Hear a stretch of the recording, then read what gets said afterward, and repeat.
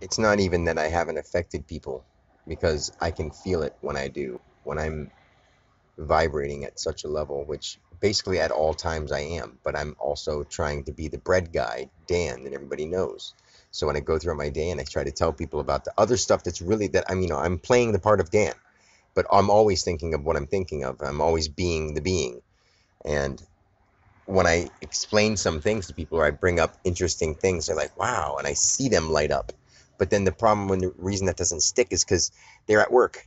2 seconds later, they gotta go put prices on something or put something out here or stock this or chop some meat or something like that. Some mundane task that they do over and over every day, and that's what they're going to do for the next few years, or maybe for the rest of their life till they retire, or till they get a new job, or till they decide to really dig in deep. If the people that I see that would be touched by it would follow up and look into it, it doesn't happen instantly. I mean, it can, the realization can happen instantly, but the understanding and the wisdom takes a while to really.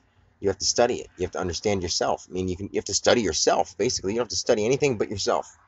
It's all inside you, inside every single person, inside every single thing. And since we have words, it makes it more difficult because we have all these thoughts going on in our human bodies and our human minds going, what's going on in our brains? Like, but I have to do this. I got to make sure I got to be here and I got to be there. But no, you don't. Because if you don't, life is going to go on. But you always make it seem like, oh, I missed out on that moment, that time. And because I missed out on that time, yeah, life will go on, but it's exponentially changed it forever. Well, if you think that, it does. If you just go on, move on, apologize to anyone you may have offended, let go of it yourself if you're let down and move on. That's the only thing that you have to do when something like that happens. Nothing ever really affects anything unless you let it. I mean, inside you. Things are going to affect the outside world because it's a projection.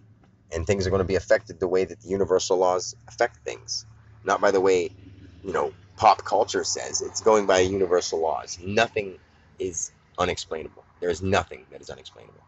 So, anyway, it's one of those things where I see people all the time and I feel that they understand it and they even say, "Oh my God, I know what you mean. You're not crazy at all. I totally get it. Wow." And then they're like, "Paul, get over here and put these away." And they're like, "Oh, I got to go back to work." And that's it. And then the next time I see them, they're in moody mode and don't want to talk about anything and feel upset. So I'm just like, "Hey, how you doing? I love you. Peace." And they're just like, "Yeah, have a good one."